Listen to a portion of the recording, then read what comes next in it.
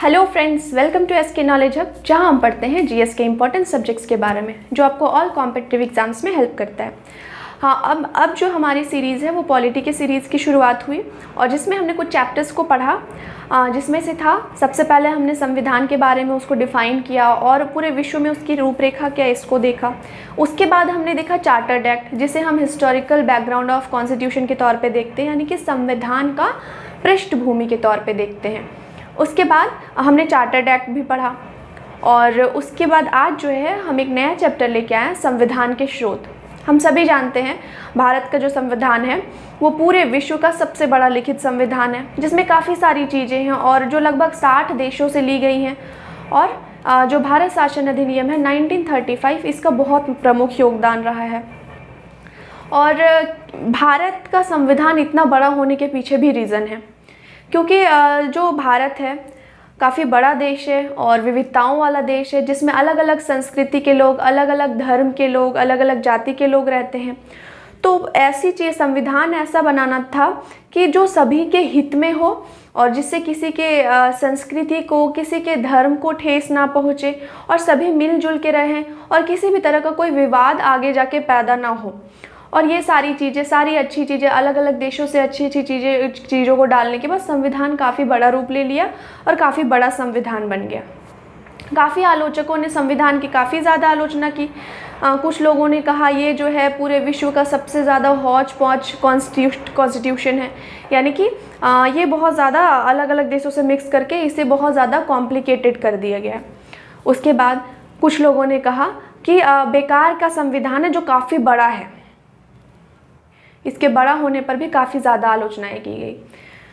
उसके अलावा ये भी कहा गया कि ये उधार का संविधान है, भारत का संविधान, क्योंकि अलग अलग देशों से भीख मांग के लिया गया है। तो इस पर जो हमारे संविधान निर्माता, मुख्य निर्माता जो हैं, जिन्हें संविधान के, भारतीय संविधान के पिता के रूप में देखा जाता है, डॉक्टर भीमराव अंबेडकर जी ने इन सारे क्रिटिसिज्म को पॉजिटिव वे में लिया और उन्होंने इन सारे आलोचकों को जवाब में कहा कि हमारे देश का जो संविधान है अलग अलग देशों के संविधान को छानने के बाद लिया गया है। क्या कोई ये चीज़ मान सकता है कि इस जो मुश्किल ऐसी घड़ी में अलग अलग देशों के संविधान से एक नए संविधान, एक नई चीज़ का निर्माण हो सकता है? ये सब कह के उन्होंने आलोचकों को चुप कराया।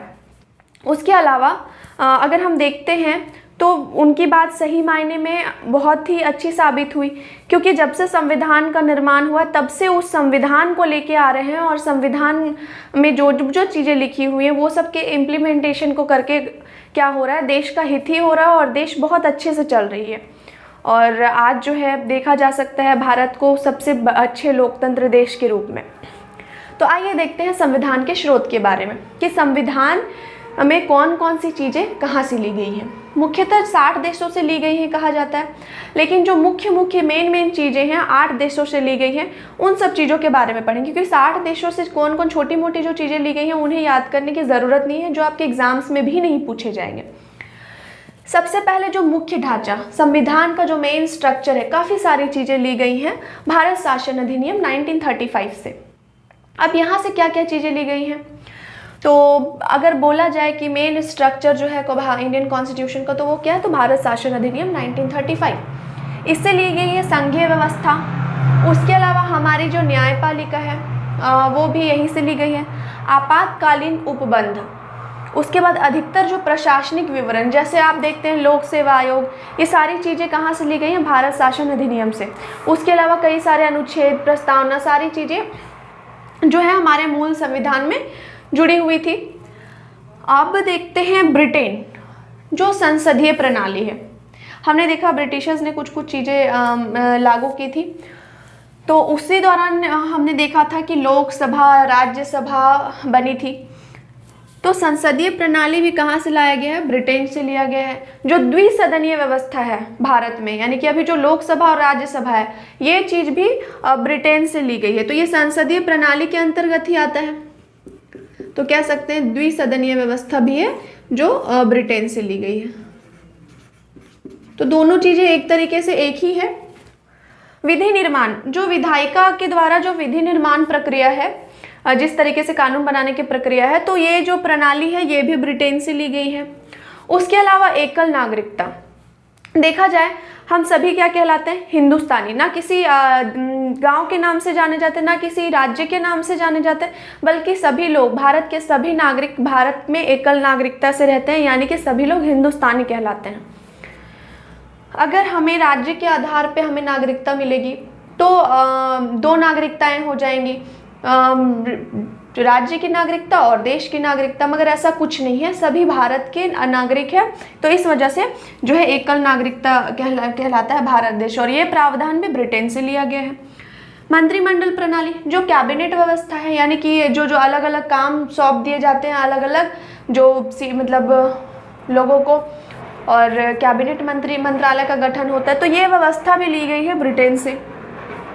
राष्ट्रपति का पद, तो राष्ट्रपति के पद की व्यवस्था भी ब्रिटेन से ली गई है। हालांकि राष्ट्रपति को हटाने के लिए जो व्यवस्था है, महाभियोग चलाने की व्यवस्था, वो अमेरिका से ली गई है। अब देखते हैं संविधान संशोधन। अगर संविधान का निर्माण हुआ तो हमने देखा था प्रीवियस क्लासेस में कि ब्रिटेन का संविधान एक तरफ कठोर है और अमेरिका का संविधान कठोर है, और ब्रिटेन का संविधान जो है वो लचीला है। यानी कि ब्रिटेन के संविधान में जो कानून है, कानूनों में बदलाव आसानी से हो जाता है, वहीं अमेरिका के संविधान के कानूनों में बदलाव करना काफ़ी मुश्किल हो जाता है। इस वजह से ये सारी चीज़ों को देखते हुए भारतीय संविधान इस तरीके का बनाया गया कि ना वो कठोर होना चाहिए ना ही लचीला, क्योंकि दोनों जो है भारतीय संविधान के लिए हानिकारक होगा। तो इस वजह से संविधान संशोधन का जो नियम है, ना कठोर न लचीला, और जो भी प्रणाली है कि संसद के 2/3 मत के द्वारा जो है किसी कानून को बदला जा सकता है, तो वो सारी चीज़ें कहाँ से ली गई, दक्षिण अफ्रीका से। और संविधान संशोधन जो है हमारे भारतीय संविधान के अनुच्छेद 368 में रखा गया। अब देखते हैं ऑस्ट्रेलिया से। हम जानते हैं केंद्र सूची, राज्य सूची और समवर्ती सूची के बारे में।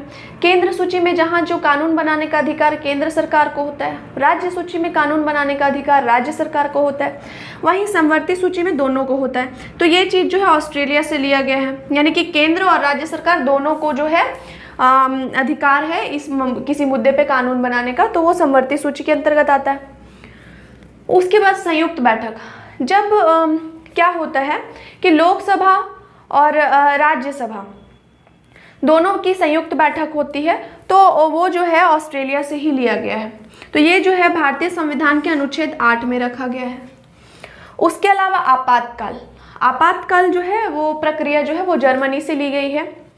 अब देखते हैं अमेरिका से क्या क्या लिया गया है। न्यायिक पुनरावलोकन, वैसे तो कोई विशिष्ट संविधान में किसी एक जगह विशिष्ट उल्लेख नहीं है, लेकिन जैसे अनुच्छेद 13 है तो न्यायिक पुनरावलोकन से रिलेटेड है, तो इस रूप में उसे देख सकते हैं। उसके अलावा वित्तीय आपातकाल, हम जानते हैं आपातकाल जो है जर्मनी से लिया गया है। तो आपातकाल मुख्यतः 3 प्रकार के होते हैं, राष्ट्रीय आपातकाल, राजकीय आपातकाल और वित्तीय आपातकाल। तो राष्ट्रीय आपातकाल जो है वो संविधान के कौन से अनुच्छेद में है, 352 में। वही राजकीय आपातकाल 356 में है, और वित्तीय आपातकाल यानी कि आर्थिक आपातकाल 360 में, यानी कि 352 से 4 का डिफरेंस, अगर 4 बढ़ाते तो 356, तो वो राजकीय आपातकाल हो गया, फिर 4 बढ़ाते तो वित्तीय आपातकाल। लेकिन जो राष्ट्रीय और राजकीय आपातकाल तो जर्मनी से लिया गया, लेकिन वित्तीय आपातकाल के कुछ विशेष उपबंध जो हैं वो अमेरिका से लिए गए हैं, जो कि आर्टिकल 360 में है। राष्ट्रीय आपातकाल भी हमारे देश में लग चुका है, राजकीय आपातकाल राज्य में लगता है तो वो भी लग चुका है। अगर देखा जाए तो भारत में कभी भी वित्तीय आपातकाल की समस्या नहीं आई है।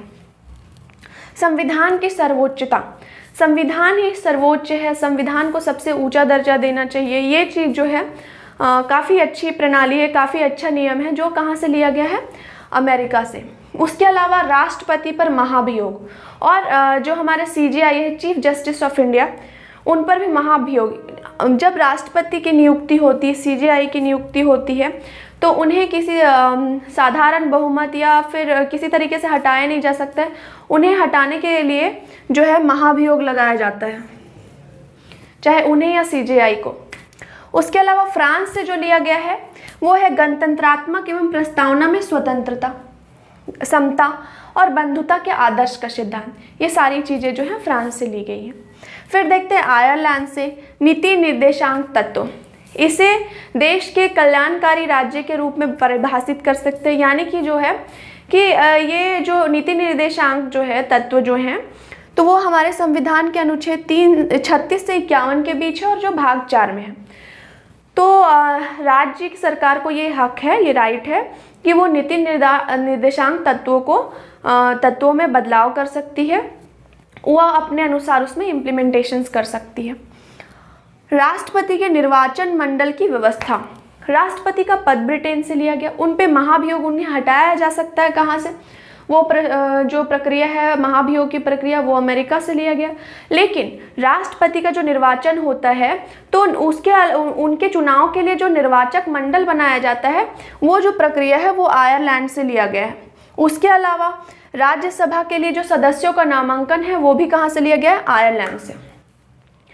अब देखते हैं रूस से क्या लिया गया है। रूस से जो है मौलिक कर्तव्य लिया गया है, फंडामेंटल ड्यूटीज़, जहाँ देखते हैं मौलिक अधिकार फंडामेंटल राइट्स जो है वो हमारे अमेरिका से लिया गया है, लेकिन फंडामेंटल ड्यूटीज़ मौलिक कर्तव्य जो है वो रशिया से लिया गया है। तो इसमें कंफ्यूज ना करें आप। मौलिक कर्तव्य क्या है, कुछ चीज़ें हैं, पर्यावरण की सुरक्षा या फिर जो है कि पर्यावरण की सुरक्षा, देश की सुरक्षा, राष्ट्रीय ध्वज का जो है उसे सम्मान देना और काफ़ी सारी चीज़ें हैं जो मौलिक कर्तव्य के अंतर्गत आती है, जो करना हमारी जो है ड्यूटी होती है। तो वही मौलिक कर्तव्य होता है। ये जो है हमारे भारतीय संविधान के अनुच्छेद 51A में है। इसकी संख्या जो है कुल 11 है, लेकिन जब ये बना था मौलिक कर्तव्य जब आया था तो वो 42वां संविधान संशोधन 1976, इंदिरा गांधी उस दौरान पीएम थी भारत में, तो उस दौरान इसे जोड़ा गया हमारे भारतीय संविधान में। तो उस दौरान केवल 10 मौलिक कर्तव्य थे और अभी जो है कुल 11 मौलिक कर्तव्य। तो 11वां कब आया, 11वां मौलिक कर्तव्य आता है 86वां संविधान संशोधन 2002 से। और ये क्या कहता है 11वां संविधान संशोधन, क्योंकि ये बाद में इस चीज़ को लागू किया गया, बाद में इस चीज़ को जोड़ा गया, तो इससे रिलेटेड क्वेश्चन रहते ही रहते हैं। तो इस 11वें जो मौलिक कर्तव्य के तहत कहा गया कि जो पेरेंट्स हैं उनको ये चीज़, उनकी फंडामेंटल ड्यूटी है, उनका मौलिक कर्तव्य है कि वो अपने 14 साल तक के बच्चों को शिक्षा दें। तो ये चीज़ उनके फंडामेंटल ड्यूटी के अंतर्गत आगे आता है, जो 11वें फंडामेंटल ड्यूटी यानी कि 11वें मौलिक कर्तव्य के तहत जोड़ा गया। तो इस तरीके से देखा हमने कि जो एक विस्तृत संविधान, काफ़ी बड़ा संविधान जो है अलग अलग देशों से लेके हमारे देश का संविधान बना, और जो मेन जो चीज़ें हैं किन किन देशों से ली गई हैं वो सारी चीज़ें हमने देखी। एक बार फिर से इसे रिवाइज कर लेते हैं। जो मुख्य ढांचा जो है, मेन स्ट्रक्चर जो संविधान का है वो भारत शासन अधिनियम 1935 से ली गई। उसमें जो है संघीय व्यवस्था, न्यायपालिका, आपातकालीन उपबंध, अधिकतर प्रशासनिक विवरण और लोक सेवा आयोग जो है ये वहीं से लिया गया, और भी काफ़ी सारी चीज़ें ली गई हैं। ब्रिटेन से संसदीय प्रणाली, अब संसदीय प्रणाली है तो लोकसभा राज्यसभा का भी जो है यहीं से लिया गया। विधि निर्माण, एक ये तरीके से ये एक चेन बनाता है, संसदीय प्रणाली, लोकसभा राज्यसभा संसदीय प्रणाली के तहत ही आता है, द्विसदनीय व्यवस्था। अब यही लोग तो विधि निर्माण करते हैं, तो वो हो गया। एकल नागरिकता, मंत्रिमंडल प्रणाली, राष्ट्रपति का पद ब्रिटेन से लिया गया। साउथ अफ्रीका से देखा जाए तो संविधान संशोधन लिया गया है जो हमारे संविधान के अनुच्छेद 368 में आता है। ऑस्ट्रेलिया से लिया गया है कॉन्करेंट लिस्ट यानी कि समवर्ती सूची, और जो संयुक्त बैठक होती है लोकसभा राज्यसभा की जिसका जिक्र अनुच्छेद 108 में है वो भी ऑस्ट्रेलिया से ही लिया गया है। जर्मनी से आपातकाल लिया गया है, राष्ट्रीय आपातकाल और राजकीय। वहीं वित्तीय आपातकाल का जो विशेष उपबंध है वो लिया गया है अमेरिका के संविधान से। अमेरिका के संविधान से न्यायिक पुनरावलोकन, वित्तीय आपातकाल, मौलिक अधिकार, संविधान की सर्वोच्चता और राष्ट्रपति पर महाभियोग या फिर जो चीफ जस्टिस ऑफ इंडिया उन पर महाभियोग का जो नियम है वो अमेरिका से ही लिया गया। फ्रांस से गणतंत्रात्मक एवं प्रस्तावना में स्वतंत्रता, समता, बंधुता के आदर्श का सिद्धांत लिया गया है। वहीं आयरलैंड से देखा जाए तो नीति निर्देशांक तत्वों को लिया गया जिसका जिक्र भारतीय संविधान के अनुच्छेद 36 से 51 और भाग 4 में किया गया है। राष्ट्र के लिए जो निर्वाचक मंडल है, राष्ट्रपति के लिए जो राष्ट्रपति का चुनाव के लिए जो निर्वाचन मंडल जो बनाया जाता है ये प्रक्रिया भी ली गई है आयरलैंड से। उसके अलावा राज्यसभा के लिए जो सदस्यों का नामांकन होता है वो यहीं से लिया गया है। फिर देखते हैं रूस से मौलिक कर्तव्य, जो भारतीय संविधान के अनुच्छेद 51A में है, वो लिया गया है। जब मौलिक कर्तव्य जोड़ा गया था हमारे संविधान में, उसमें 10 मौलिक कर्तव्य थे और कहाँ से लिया गया था? 42वां संविधान संशोधन 1976 से। वहीं अगर 11वां मौलिक कर्तव्य के बारे में बात करेंगे तो वो लिया गया है 86वां संविधान संशोधन 2002। तो आशा करते हैं कि ये चैप्टर आपको अच्छे से समझ में आया होगा और कल हम एक नए चैप्टर के साथ मिलते हैं। आज के लिए इतना ही, धन्यवाद।